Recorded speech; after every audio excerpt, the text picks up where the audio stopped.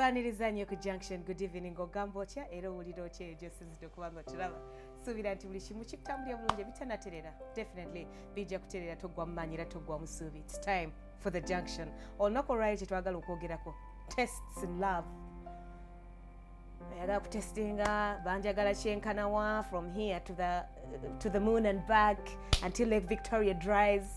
Testi bwemuteekateekamu okulaba love yenkana ekyo anti su nazzi kuno yandigambye love ey'omugundu.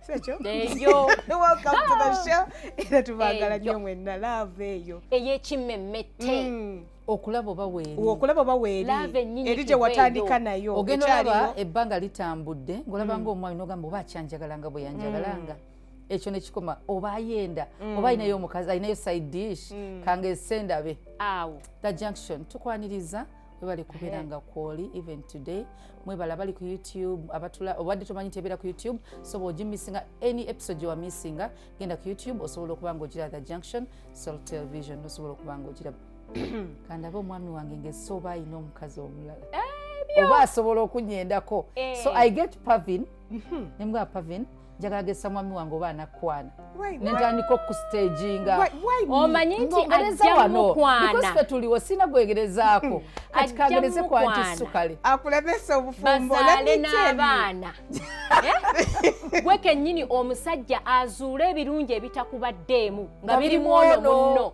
kati jjukira omugambye genda ogezese omugezesa nga ye omusajja yamwagala dda n'amunnyikira nga yakukwatibwa dde ensaalwa n'agenda amukwagalira okukola nti su sigamba nti yankwanye gamba munange tannankwana. And the problem is, before we actually go into the test, do you know that the woman is actually Makula is going to blame Pavin? Choka gwe wansindikeeyo gwe watukemye kati mufo ky'okunyigira bbaawo ogenda nyigira mu Pavin anyway yeah Pavin husband ku bantu abalungi abagala tubaaniriza omanyi bwe tuba twogera ku bintu by'omukwano abantu abamu babitwala nga byakusaaga naye gwali eyo omukwano omuntu gw'oyagala omwagala kyenkana ki omutesitinga otya ensonga y'omukwano ekulwaza omutwe n'ogweddalu hysteria gyali mungi nnyo ensonga y'omukwano ekulwaza ekirwadde kya pressure my friend it's there seriously convulsions olinga n'azirika that's pretense but soko omalirize okubuuza ku bantu so tubaaniriza bambi ensonga eno katujoogereko kubanga emirundi egisinga abakyala bakikola nnyo fe abakyala ffe tusinga kwagala nnyo okutesitinga twagala nnyo okumanya ebiteetaaga kumanya kati ate at the end of the day ne bitulumirayo twagala ovumbula ya mukwano twagala ozuula amazima ge tutayagala kumanya ogenze walaki you know there is a saying that says never trouble before trouble. Abakazi tulina bye tutayagala kumanya ne weesiba ku mwami ova wabakubulira ekituufu okole ki onokkiriza amazima but anija wakulira where you have guts okubuuza omusajja jamba nti ovaawa in his house endoza ekituufu kyandibadde kuli kayo taata rero ng'oneraliikirizamu wafunyeeko okubuuza oneraliikiriza badde ngamba kuli kayo sweetie how are you fine you look tired bitambudde bitaleero take away my husband carries a backpack check body give him juice like do you know I've been so worried are you okay ne wano yakayingira mu lujinga oneraliikiriza still you're also asking oyize oli musenge weesibidde nayo twagana kuvaayo naye tudde ku bakyala abagezesa tests in love katu njagala tutandikire ku bantu culture these days mu media essaawa zino Pavin omuntu n'atukubira omukyala n'agamba njagala mukubira omwami wange omugezese kati ffe ne tukuba negamba hi sweetie how are you mananga emiso nakubuuza gwani tonzijukira naawe kaddemu ako nze musajja tandika hello hi sweetie how are you banange kikwano ogamba oti oba akumanyi oba takumanyi teri musajja agaana kuddamu hi sweetie banange taliyo kiki ani golimba wakati eyo ng'emboozi egudde amakerenda wanategeerera akwegana omugambye ndi lubuto atugamba n'okugamba kati obeera wankulaba before you say to suppress their booze it's wrong namukwe n'agamba ani ono bambi oli naagira nagamba nga sikutegedde nawe ontegedde omusajja kati obutabeera rude n'ogamba kati media let me say now nabuzaabuza emirimu gye tulimu you meet so many people bw'oba nga omusajja ali mirimu gya meeting aba clients all the time oba lawyer oba ki oba manager kitegeeza laba abantu bangi buli lunaku kati obutabera rude ayinza okukiza nagamba wajja gwe nasanga wano ne wano kisoboka okuba nga kituufu oba yali business meeting namusinkanako oba client oba tekiri nayo kati gwe n'otwala nti ki omusajja mwenzi nze surprise okumpewo saagala kintu kingwa mu matu kyembadde saagala kuwulira.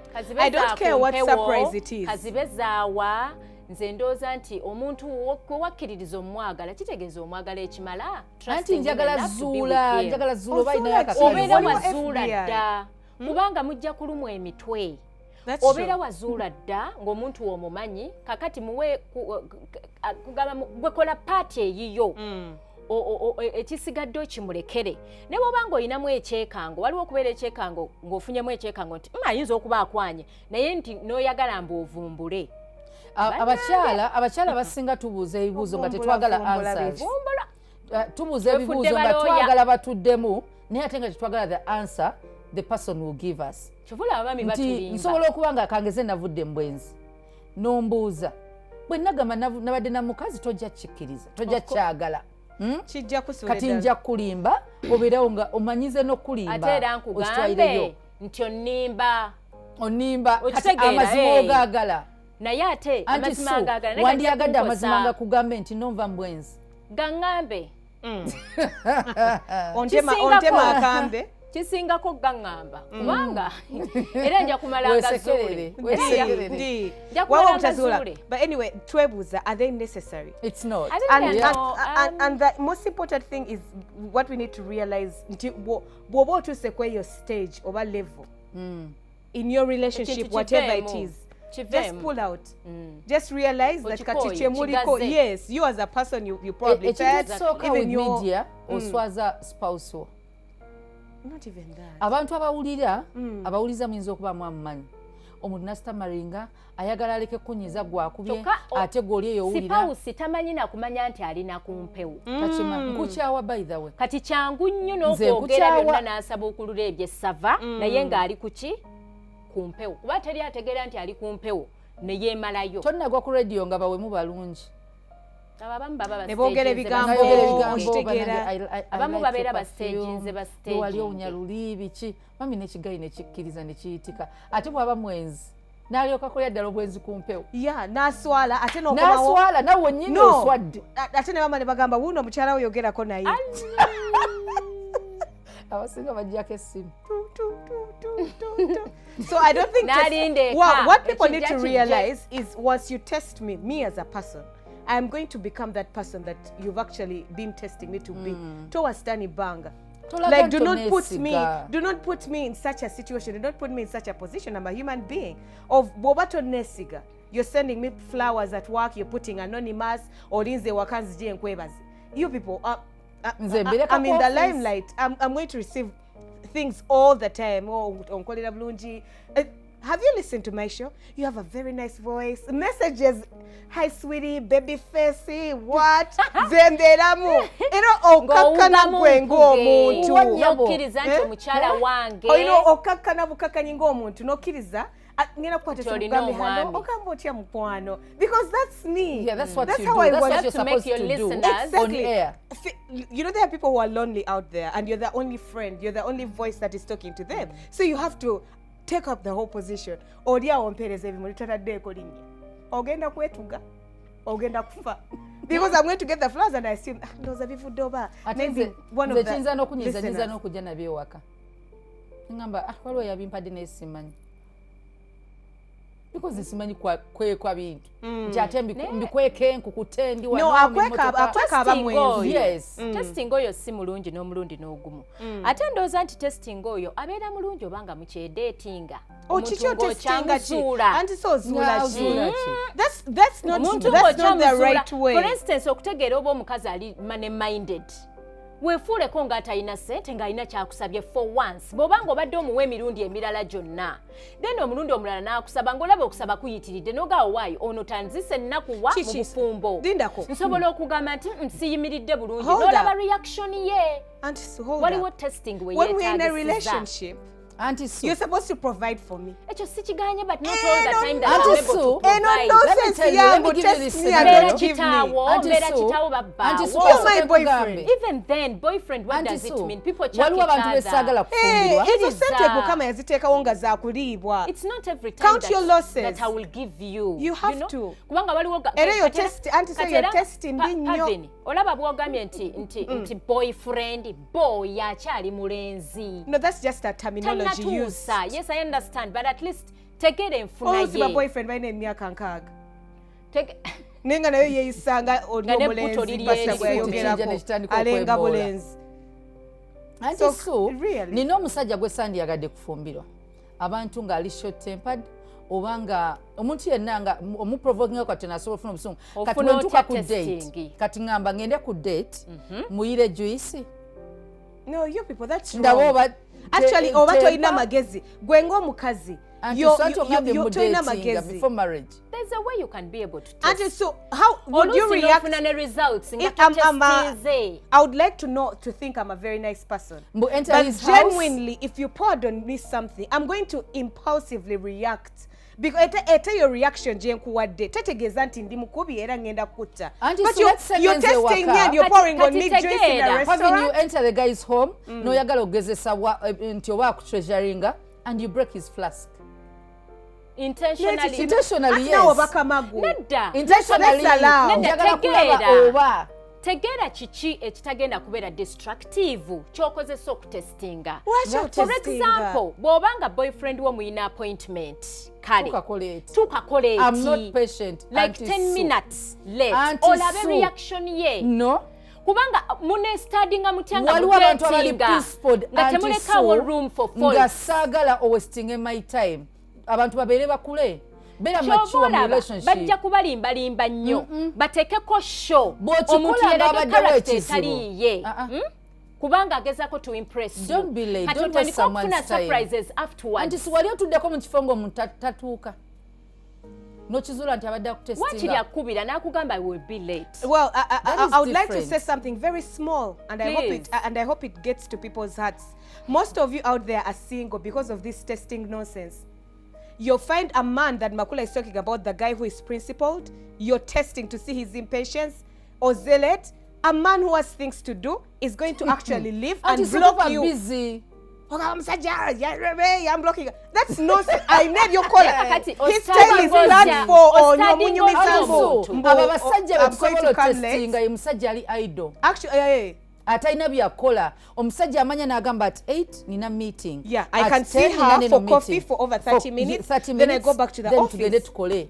Ati mwe mwagala relationship oba courtship eri aho nga teri mu fault season na. No, faults are natural. I can give you and a call. Faults are okay. We're supposed to meet at 8, but could be at 7. No, let the person be themselves. When you're in a relationship where you allow me to be myself, flaws are definitely going to show. That will be very difficult. Then you love me for who I am. And let me be honest with you. That's what I did. Pretending to be. I gave it time. What people do is tebaina budde. Yewadde myezi munana that I have to be married before 25. Munana no siminji. Okay, bidi. Kakati gayo omusanze olina kumutestinga kamuyire ku chai ndabe kamulinya akagere kamwekweke like because you don't have time to get to know each other. Ogene modropo je saati ejatambulira moja mbali. Abakyala abasinga okutestinga omwami ono ddala tayagala bwagazi mubiri gwo. Ayagala something more than that, taking you for keeps. What, you're going to undress and walk around his house? No. Nedda wuliriza. Lwaki omusajja buli lwakugamba tugende buli kaseera omuwaako? What for?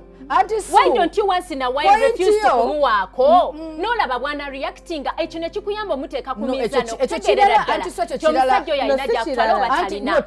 I'm just waiting for her to finish. Ye y'okwambala obubi ku date mbogesa omusajja oba n'agamba you go. No, ekyo kikyamu. By the way, ne bw'oba oyambadde bw'oti. Omwami awulira nga ayagala kukwagala. No, Auntie Sue, eyo gy'obadde yogerako is not a taste. if you're the kind of girl who gives up your goods the first time, every other time tewakyaliwo test gyokola, you are nonsense. You're something that can be used, something that can be gotten. Is going to imagine today probably you had a headache or what bakulyalya dda kiki otereka ki or testing ki I gave him the first time, the second time, third time, and now on the fourth time I'm not going to give him to see if he really wants me for me. That is one option. Then another option, twale banga nga tomuwa. Musooke mu building a relationship. No, just do not even the first time. Just do not give. Just do not give. So that you're valued. Tuli wamu baby. Ati nodda biro byogamba twala akakabanga kikolere ddala kuva ku ntandikwa. Nga tomuwa. Yes. Nga bw'omustudy ng'otegeera If that's the test muntu that you're up to, because from you'll be courtship avoiding Mugabe, I'm keeping myself for marriage. Bakula ne bw'onontunuulira. Point yange nkakasa ogitegedde. Auntie Sue, no point to I know some church girls do it. Alaba omusajja ayinza omusaba. Nayambala bubi skimply. Alaba omusajja asobola omugamba kola omuntu akwagala n'oba oyambadde biwanvu attraction egenda beerawo. So bw'oyambala ebimpi gwamu, in fact kati gwamu kema. Ayinza n'okuddukako ng'olaze you are indecent. Yes, mbweyagala testinga oba gayo n'omwenzi n'oyagala ogende ewuwe olaba oba anakwana oba anakwatako nti bannange brother olayiko kuba si mwesigwa natuuse nankwatako. Anyway, nze ndina n'obuzibu obunene. You people be blaming the men. These women are hoes. Yes. They do it themselves. Omusajja ali ku bibye n'amukwata omukono n'agusaayo. You're there saying, oh, it's the girl testing, tempting. Away from all that. When it comes to that, when it comes to this sexual relationship, if the test that you're moving with is what is it called? The test. Secondary virginity. Probably you lost it, but now you're keeping yourself. You're respecting. I don't want to use painful, hurtful words. Like I don't want anyone to think I'm judging them. Yes, you're trying to be careful. Just do not offer from the first time. True. That's the right test that you can do. But if you've actually initiated it before, or before when he initiated, you actually accepted easily. You can't give them. It's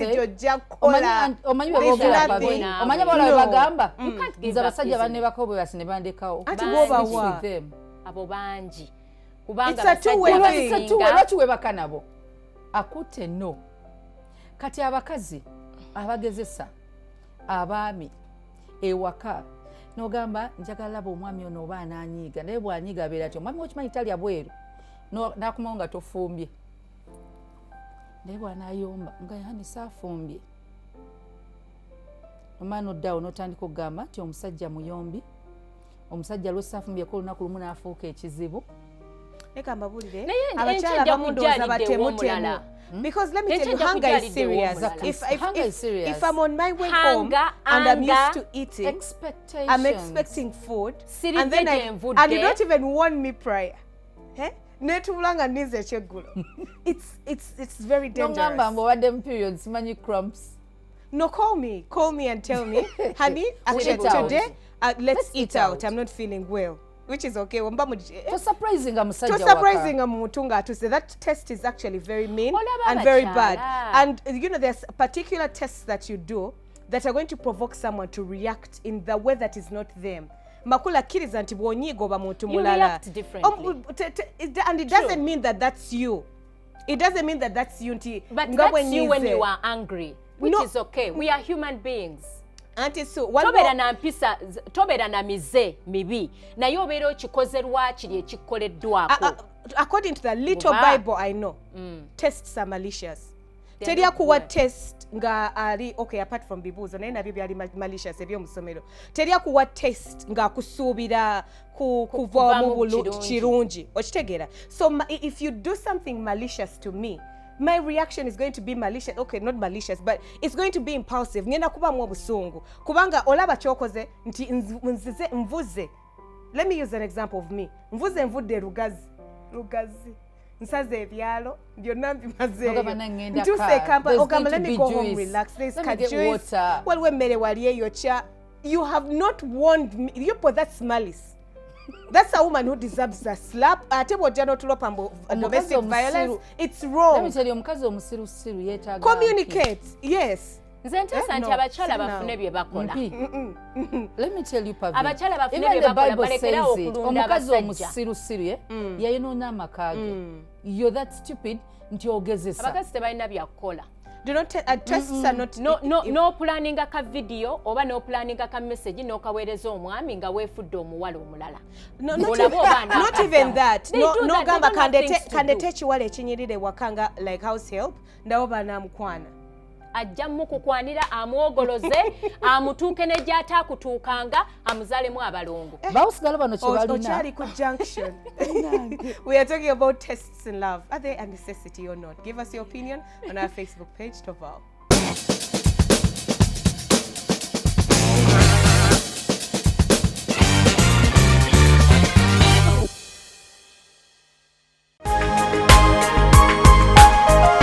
Soul Television, Femunyo.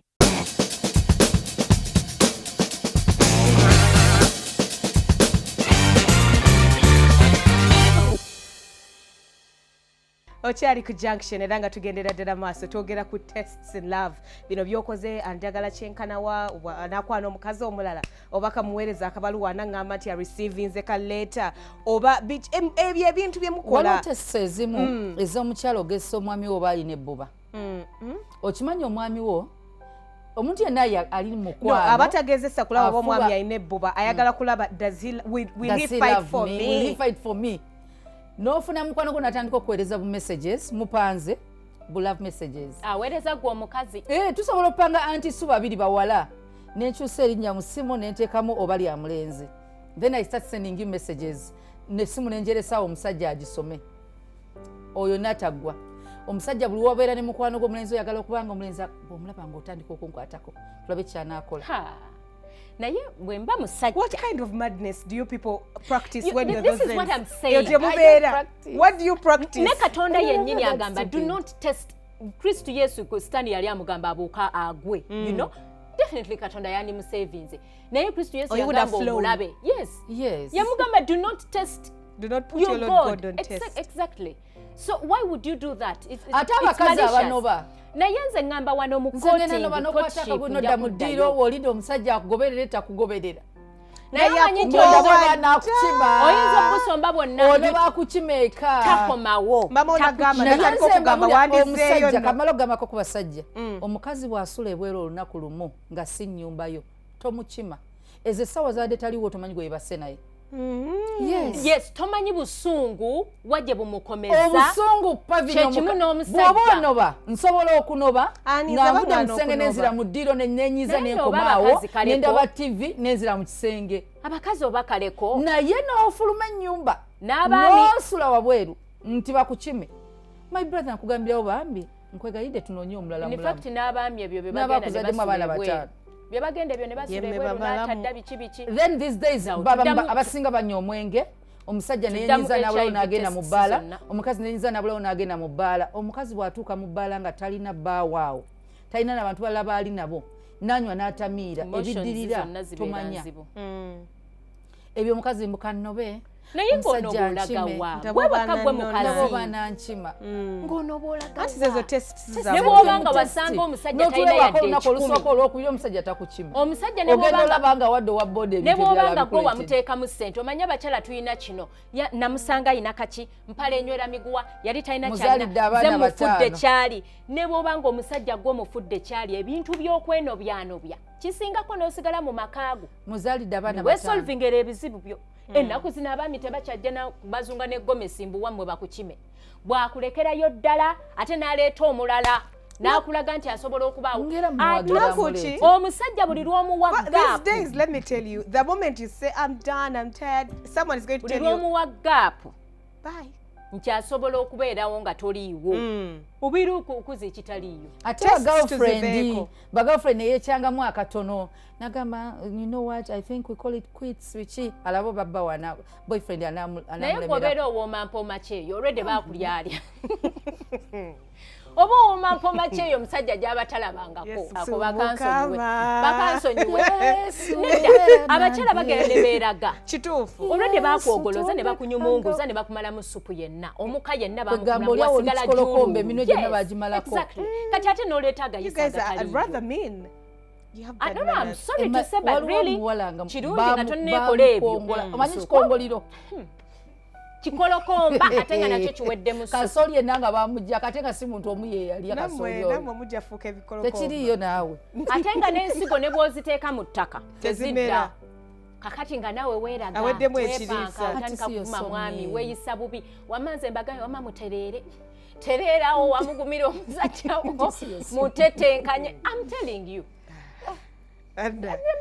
bino byonna gye bivudde bayinza okukusula oba oyinza okukasuka eyo n'obulwa n'akulonda mbukansirike sigenda kukwata simu bwe batugamba mbu omusajja bwakubira omusajja kwanye I've told you before that's nonsense. If you like the man, say yes. Busoka first run around. Who has time? Do you know how fast the economy is running? That is how fast love can really run. The man has given you his time. First of all, what people need to realize is it takes courage. If you like him. No, Auntie Sue, don't misunderstand me. No. Allow to give him a chance because to court you, to date each other. Exactly. Get the person, get to know each other. Let me think about it. Mwezi mulamba waliwo abasajja abamu ngaja amaze ebbanga atutenezeena atipulaningira ku lunaku afunye courage azagambye n'ogaana tadda naye waliwo no etaluma nnyo waliwo abakyala bagezigezi ng'osobola omugamba waaye I'm a little bit busy. What do you mean? That's still very impolite.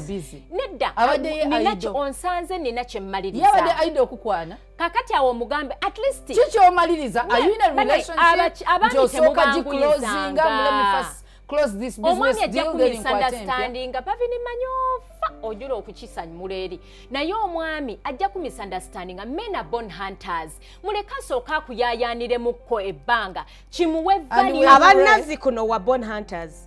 These ones are born workers. Are you looking? Are you hunting an elephant? You a piece of work, my friend. Nothing. And the confidence that is going to give him into I need you to remember that Mulichikolokomba.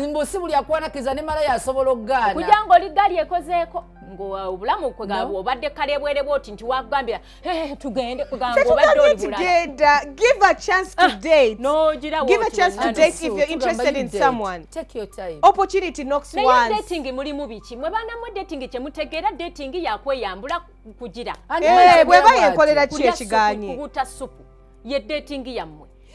Maybe for me that's how I get to know the person. Nedda kuba singa dating etwala kakabanga bwe mwogera bwe mweyiga yeddira ki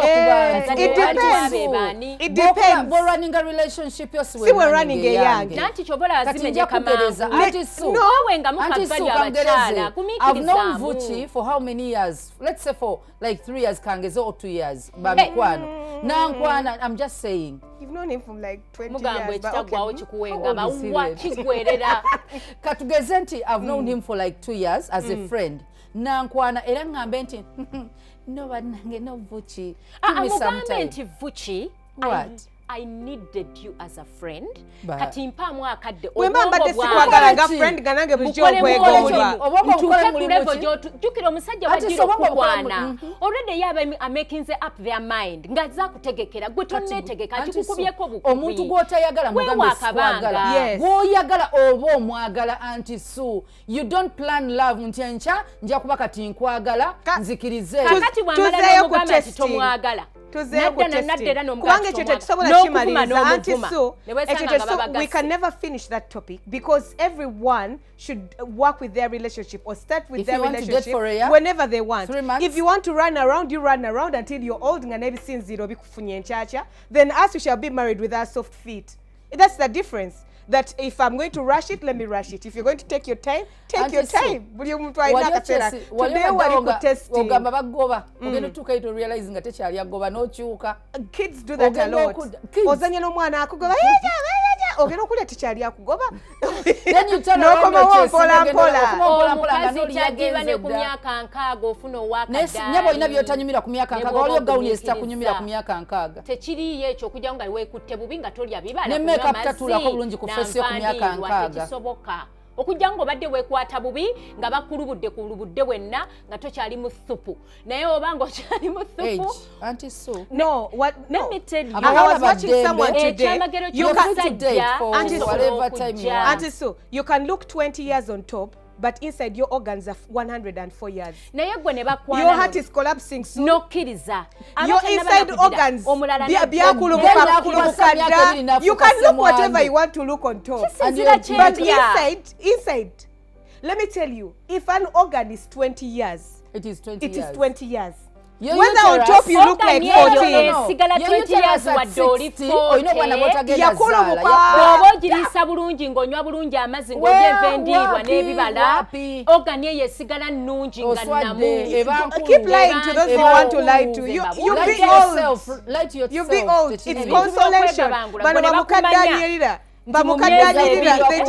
myezi ebiri oyagadde abasajja bana really tuba tuli ku It's ki okay. Don't sleep Yembeera. with them. Yembeera. Abasajja batasobola kwebaka naye. Omusajja bw'akwana leero ng'owulira omwagala kkirizaawo mu dating bw'olaba nga tojja musobola nga oyagala, you drop him check after a him. week. Get another one. Yeah. Don't sleep with them. Date as many. Ne baba 100, date 100 men. Don't sleep with any. Then yolondeko paka wonofuna gw'oyagala. zino ensonga ze muliko nti olukwana omukazi oba omusajja omulabira byakungulu nga kw'osinziira okutegeera obulungi bwe n'obubi bwe emirundi egisinga mwami agamba kampiseeyoko olubulu w'ekigere Kati tulabe. nga tukonkludinga point eno. Bw'oba mukadde, tests zo wandiza ensonyi ye zijja kukutula omugongo ate ekyo kyenagambye n'enkizi. nti What does okujja nkizi ng'oligali mean? enkozeeko Just ate ye yesinga okutuka. Ng'oli Just desperate. chill. Just chill. Let me tell you. Oli myaka 5 omusajja wa Katonda ogezesa waaki. Akuwadde ka chance. Akwadde ne ka chance. osigala oli kyamuwendo wadde emyaka Siruwalira mu gigenze muli. Kati Oli test zo ze zigenda okuleeta ekyomuwendo ekyo. mufumbo. osigala oli kyamuwendo bannanga obulamu Auntie bukira Sue. byonna businga Auntie n'omusajja Sue, obwo obusiru kambeerewo bugenda n'emyaka kulemya gyange amaka. 5 Kati ky'oba okola. Ky'oba okola. Because getting married. Bw'obaze 20 years in marriage ogezesa otya omusajja owa 50 nti olaba omusajja ono oba naye akwana obuwala obuto n'omutega akawala akato mu nnyumba. obeera toyagala kuleeta sirimu mu makaago ng'oyagala kulaba omusajja wo omukuumi otya aleme kulaba nkana. Auntie, so do you believe that there are men who respect their wives? That There are very they wouldn't do that, but he could do it from somewhere but they else. do it from elsewhere. Exactly. Of course. Kati ezo test zo z'okola oba omala budde. Weekooya weka. Nze wali by the waliwo abantu bemmanyi. Ojja kutega obumasu bwonna. Kyukira eno neweefuula atagize ate eno bw'omukuba akabina ku bitundu by'emusajja wattu wamumye ate weeraga bw'okyusa obubina simanya weefuula aloota eno bw'okuba omukono gukuba ku Tukyali ku muno test. kyetuliko era bw'omutestinga olaba oba anaakola ate sigenda yes oba otestinga kyekyo. Thank you. Abawala abeesuze ewa balenzi mb'olaba oba asobola okukukwata tunywemu ku lwekyo n'osulayo bannanga omulenzi ali empwegayidde ekikazi kikwata ekiro makula oyinza okusulayo ng'enkuba yakusanze Era ekusangira wange mama wange ngamba teweggama kyekwemesa nze mmanyi tambula mu nkuba mpaka waka. Anti Sue, Laba ono. nze mmanyi neggama mu bifo ebyo neggama ku polisi na waka. Kyagala okulaga nti polisi kyoyinza ogamba nno oli safe teri muntu ayinza kukwataakingirawo osanzewo because otera polisi ziba osanga waliwo omuntu omu anti owa polisi yennyini akwata no kiziba osanga waliwo omuntu omu but it's safer then waka enkuba tegenda kutta If the rain doesn't kill. nkuba kyeyetta Apart from oli my, wa mulenzi just think about my hair, but everything else is siddayo okay. waka ng'osulewo omulenzi bw'oba mulenzi muwerekere ng'osuze omuteeke mu ku ddira boda. asuze mu ntebe asuze You know, nga bwe nabagambye mu ntandikwa, Taraping tests are era. malicious. Everything you do out controlling with a game. malicious Akola heart, yoki. whatever you get is what you deserve. Everything you do with a malicious heart, Don't test whatever a you man. get is what you deserve. Don't test a Bino woman. byogamba nti kantesting endabe anjagala kyenkana ki kandabe Bw'oba alina oba ayagala self-control. abakyala abeeru Tebalina ng'oli muddugavu byakukola. n'omutega bebi omweru. Let me tell you. Anti Sue, olaba kyetulina You're going to run mad. mu church tebakkiriza bajja kugamba don't fornicate you wait till marriage n'osanga omwana agamba batuganye tujja kukola we shall stop at a kiss mulenzi bwe mugenda out you're kissing the guy Omuzigo you're kissing the guy fire. you're kissing the guy bwakwata ate ekirala ebintu bino one thing leads to another butu kyonoona anti married Yeah. ati kaakati This reminds me, auntie. olaba ekintu Kamala kino. kubulira bwe bonoona. This reminds me. Oh One my time twali ku God, now church. what? Tuli mu service. Mami Senkubuga atudde mu service. I remember. I swear. No, leave my father alone. Ngenda ayogera ku kuyiga bafumbo, ayogera ino abulira enjiri ayogera ku Yes. bafumbo, abakazi ne mulumya bababa mwe bikiwe bityo bityo. Ne wefula mbu mwezi mulamba oli mu kisiibo. Omutadde ku Mwezi kunaka. mulamba oli kuki? Mu bufumbo bo agenda kukola yoki. Naga Mwami Senkubuga. Pavini ali ku hale muno. Wamaddala tomanyi kyali. Kyakolayo. Twali tubuga. Nga muwuga mulaavu. Twali muwuga mulaavu. I swear. Don't swear. Oli serious person namubuuza. Aya. No, but seriously, Na on a making sure serious Pavini note, ava mu hale muno ng'ategedde message y'enjiri agiye. yakintegeeza nali sinaana kutuuka Nakuweereza obubaka. Nakugamba nno togenda n'oveeyo nga emirimu kiki togigusizza. naye bannaye tuddeyo ku test. Tuddeyo ku test. Ati betugamba abakyala abafumba abagezesa abaami n'ogamba nti wagenze mu nkuŋŋaana z'abakazi bano ne bagamba omwami mulumi emu mala omwezi ng'omulumi alumyamu olaba First of all, he'll chase after you. I never listen to women. Let me tell you one thing. Naddala abatali bafumbo, My ne senga baba told me bafumbo. she's not like a senga. Okay, she's married to my uncle. I better senga, but auntie. I call her auntie. She told me you should listen to advice, but sieve. So that in case echikutu seko, God forbid, omanyi ori yachita mu atya oba yakola atya. But aside from that, these women are angry and bitter. Their And they husbands don't have wish left well. them, Thank or you. their husbands don't care about them. don't You're wish not you at the well. same stage in life. You're at the honeymoon stage of your marriage. They're at the retirement stage of they're just enduring themselves. Kati agenda kugamba Balina bye bali mu menopause. kugenda going through 20 years later. Yabi That's kugambe what they are kati giving ng'okyali you mu for now. honeymoon. Okitegeera. So there's a difference. Let me tell you, these tests that these women tell you to carry out, mugenda gezaako teeka kano oba. First of all, that's witchcraft. Number one. The number two, going back to malice. If you're malicious, whatever you get, you deserve. Oba okubye ku radio, I pray to the Lord Heavenly Father. The man says another name. Whether you've been married for 20 years, I hope he says Sylvia or he says Pavin, whatever. When you're so. Nga you're Susan. Something totally different that is not close. I hope you get ashamed for putting your man or your woman through that. It's shameful. It is. It is by very the way. shameful. Kuba mtandika okulowooza omusajja tanneesiga. True. Oba busiru naye tuli ku bakazi n'abasajja abamanyi ogezesa abakazi baabwe nafuna omusajja akwane mukazi walaba oba anakkiriza. Ebyobukese Now ebyo. that reminds me, there is a pastor in secretary. Kampala here. Akwana. No. Uli ku kikabi kyakalyawo. Don't worry, omwami akwesiga.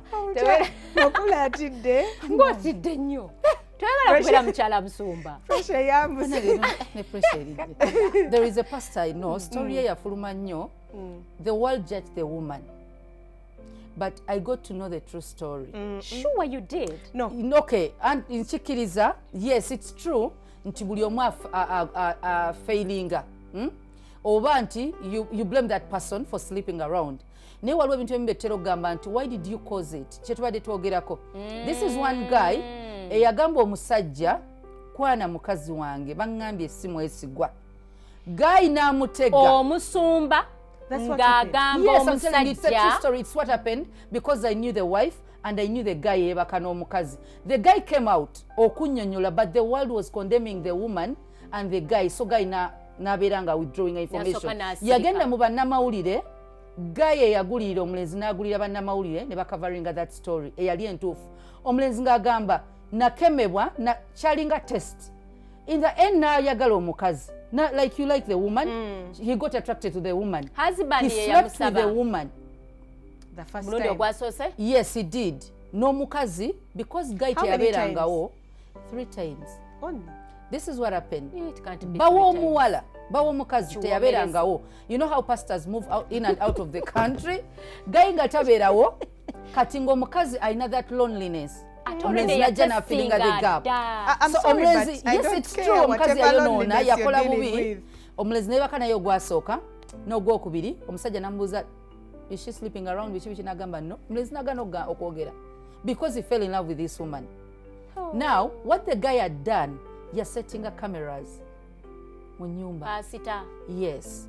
so kumbe guy kye yali ayagala yali ayagala omukazi akiitinge baawukane nga yafunyeyo dde ekikyala kyekirala ayina naye talina ngeri gyayawukana muntu kyegamba nti omuntu bwakoowa live bw'aba takuse ajja noonya engeri gye mwawukana so it happened nti omusajja yatega omukazi bano ne beeyagala era nga omukazi n'agamba I'm sorry I cheated but guy already kyeyali ayagala yakifuna naye ng'omukazi mu mutwe gwe tekyalimu kyakwenda yali yagumira ebizibu bye bbaawe tabeerawo oba maze emyezi tabeerawo it's okay naye n'amuteerawo like stan ne mu Bible tetukiza kwa stani banga tomuwa gaapu eyo okuyingira in your life but it happens men basettinga bakazi baabwe n'obuvubuka ne bwasikaali n'akalekawo n'ebyokubalondoola n'amulondoola yes Pavin you can't sleep around but it's wrong for a man to do it to the wife. Ku Junction, love tests is the topic we are talking about today. Are they necessary? Tovao tukomo.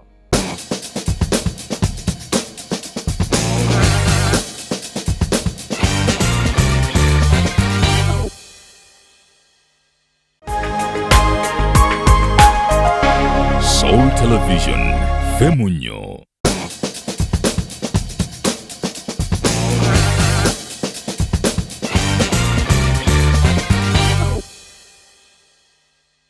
Agendera ddala maaso era ng'okyali ku Junction twogera ku tests in love. Are they a necessity or a waste of time? Should you test your spouse? For me, it's a no. I think it's very irresponsible. It's only women, it's only insecure women that are out there to test their spouses. Because when the insecurity comes in, that's when you start thinking, do I satisfy her? Do I give her enough money? Is she happy enough? Is she committed? Kati, mwe yo insecurity mwoyingirizamu of kandabe. Bwe namutega kino kinamukolera ontega otyo sente awo mbutestinga nawo banazitwala mu nsawo ey'empale sente zo zogenda okussa zijjeemu nze zensanze zitwala oli mu bbi we became one person anti kati nyinza okuba nina ebinene byenjagala okukwasa nyinza okuba nina byenjagala okukwasa oba oliawo savings za family kati nga neetaaga nnyongera okwekenneenya ntegeerera ddala mukyala wange ono will they stand by me kati ng'ogenda ozijjamu ng'ozitwala obeera musezi ate ntya oli musezi bulwaki otwala ebitali bibyo byaffe laba ono si byammwe si byammwe byammwe naye mumale kubisaba let me tell you it's not it's very bad it's very bad for you to test me because it will never come back. What am I talking about? The trust, the love. I'll forever be skeptical nti ne bw'onompa ssente ngenda gamba nzikozese oba andi mukunda oba oyinza okundekera emitwalo 5 n'ongamba kola shopping nengulako ebintu bya 1,000 because I'm worried.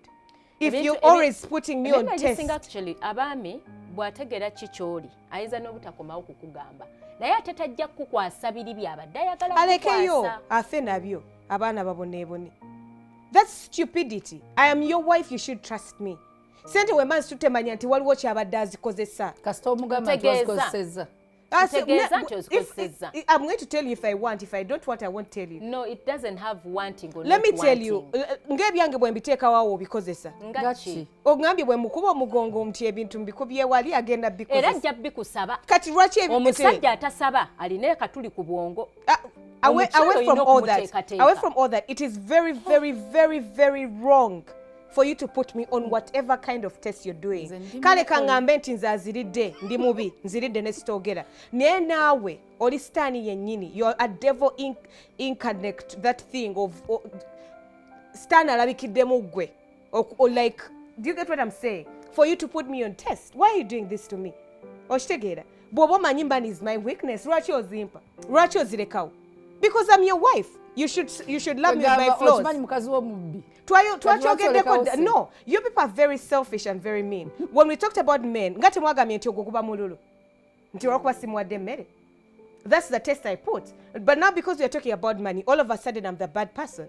Whatever test you do is a bad test. Sente nolekawo sente ngenda zikozesa. I'm going to use it. Newoga bulijjo zimpa. Nyizo gamba ngera sizeetaaga nja zikwata wemba nzeetaaga nja kuweereza message nti nsanze wano sente ngenda zikozesa kino na kino. Nyinza okuba nga munange sente zeerabiddewo za boss we. That's his business. Lwaki yerabiralabira mpozi nga gw'omuwa omujaja. But if chai gwe munywa ali normal, issue ya sente. You people, it's like saying nti waliwo sin ne waliwo ne kasin. Then Sin there's a is sin. tensiza. Testing is bad. Togezesa Whether you're mukyala testing with na money sente. or with your body or with your Tondekera property, sente don't ng'ogezesa. test me. Don't test. Don't. Bw'oba oziresewo nga zange Bw'oba zibe zange. tonneesiga, Tozirekawo ng'ogamba tozikozesa. kanzirageko katini oba anaazibba. Don't test. Don't. Nakolanga Lekera okwagala sente. ozuula ebibi bya munno Nga buli lwefuna ng'ayina omusaala yalobi gwange. omugoba. Ng'omwami wange sente zonna azinzijjako. Ng'ozimuwa yadde n'ekikumi ng'azikuggyako. ng'azinzijjako. Kati Meka. n'entuuka ekiseera Ng'omubudde zonna nafunanga z'ofuna. sente era ng'azimanyi. Kati n'entuuka ekiseera nga tayimu etuuka tewali nnyaanya, tewali bino, nga sirina kye nkozesa. Kati lumu we nafuna omusaala gwange n'engula akasawo ka sukaali, n'engula akasawo k'omuceere, n'enkola shopping omunene. Ekyo kyankubya kibooko. Nga natamwa maidi okujja ng'ogamba taata gundi tewali sukaali nga mpulira nga ndaba my husband emirembe gimubula kati ze neŋŋamba kati mu kifo Ate gimubula kuba yazirunkanira n'azirya. Omusajja yakuba emigo. time Enkera n'okola etuuka ki? Oba ekiro ekyo kyennyini wakola ki? time anti kakati N'osigalayo n'ofumba. ate nabeeranga ne transport zonna nga nezigenda And a ku week mulimu nga women's sizirina day. Iyo. era ne bulumu Iyo. namwewolangako mu wallet nga sirina kyakukola ng'ate Nga sente zange bw'onsaba zakubira. sikuwa ate bw'otansaba nga simanye nti oyagala kati nga nze nga Nzina akayimba nfunayo kuba akasente akayimbira gwe. naye nga bwe mba nzijjemu ate nga nzizzaamu bwe mba nzifunye nga nkola ki nga nzizzaamu nga ngamba omusala gwo nga kubulako ebiri ng'omugamba naziguzeemu pads gye bali abasajja abafaanana bwe bityo abasajja bakemereza bakazi bammwe nga mulinze nti woba ozaagala zinsabe owoza mbu mukazi wo akusabye ezokkameza yiiya ajja kuyiiyiza mu basajja abalala ajja kuliisa enva ez'abasajja banno Oyo omusajja akyali mulamu. babeerayo oyo just example wa kimu kya 10 ku bangi abaliyo gyebali bino mugambye mukazi wo nze sina sente kwetwala sina sente yiiya bwe ziba nva yiiya naye ajja kuyiiya afune musajja munno ateeke enva ku mmeeza ojja kufa nabyo. bw'otansaba sikuwa ate bw'onsaba simanya nti oyagala ate bw'onsaba sikuwa kakati oba ondeetedde ki omusala gwange gwonna ogukoze eki ogunzije nze nyina experience Ekituufu wali olina okubwa emigo. I'm telling you nze banaye Ki ekimukubye? obujulizi bwange ate busiru butya Nedda wambi waliwo obudoowo. busiru butya omusajja agambye omusala gwo olugufuna goti gumpe n'osalawo olwo olumu nedda wuliriza nze I'm a submissive wife by That's not submissive. submissive. No. kakati nengezaako okubeera Kyali hereba bwogeta wano. Ebyo nakyo wabiri. Wuliriza. Ebyo nakyo wabiri. Mbu natagula help. byetaagisa bambi kamuyambe shopping Topic eddako tugenda kukola ku Antisu. Ebiki? namuyamba Nasirise wali. nengula ebintu byawaka nezimuwa. kubanga yazinsaba Ng'ate olusi nkebera mu wallet. Nga bwe nkebera zisaba. Kuba gwe. Ono omusajja yagejjera tuli balokole nakuzeeko pad. nakati myaka 17 akinyumya nako banaye omukyala wange mukyala bannange ekimmonde kyange Nalinaawe ekimmonde kyange. bannange kiri ekikazi kubanga omwo mwe bataliratalira eno anoonyayo alinga nti sunamulema okulaba bambi It's all right. omusiru n'asigala awo Mbu naleese omusala gwera ne gumuwa. yakanobesa abakazi 8 kati Whatever ali it muntu is. gwogu anti ye kimmonde Oli maziga go kati ge gamukaabya si nti lw'okuba nti wali wagonda nnyo. No, nedda bambi nali nagonda tuyambe. nga ndi submissive Anti so what you did was Tuba basiru wrong. naawe. Wali musiru. tulina Wali amazima ago Wali- amazima yawula amazima agataliimu n'obubisi wali mubisi Yeah.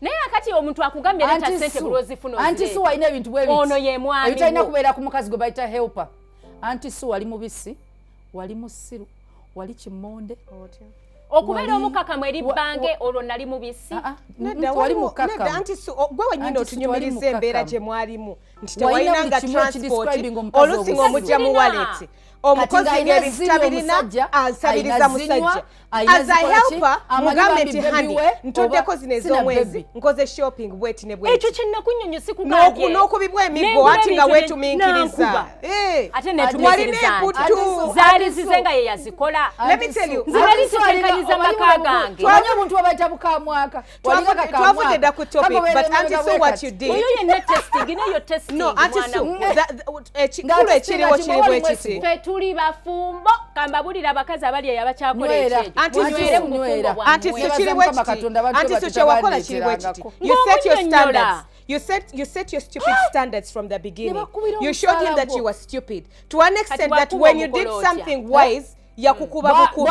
Ng'alaba omukulumyeko wamumanyiza nti olidde offe kimmonde. Wabula wali bubi. Bwankuba nkola ki? Anti bwe yandinkubye nandi mukoze eki. Omusajja bwankuba ku ssente zange. Omuyambe nnyo mulekanga mulamu. Ekiro nzija ne laavu yonna ekifalansa. Ne musibira ku kitanda mwambula bulungi nnyo ne musibira ku kitanda emikono n'amagulu ne mutonyeza candle wax kuva wano paka ku bigere wansi. Tubaagala nnyo era obadde ku Junction twogera ku love tests. Give us your opinion on our Facebook page. Tovaako ku Munyo. Till next time. Bye bye.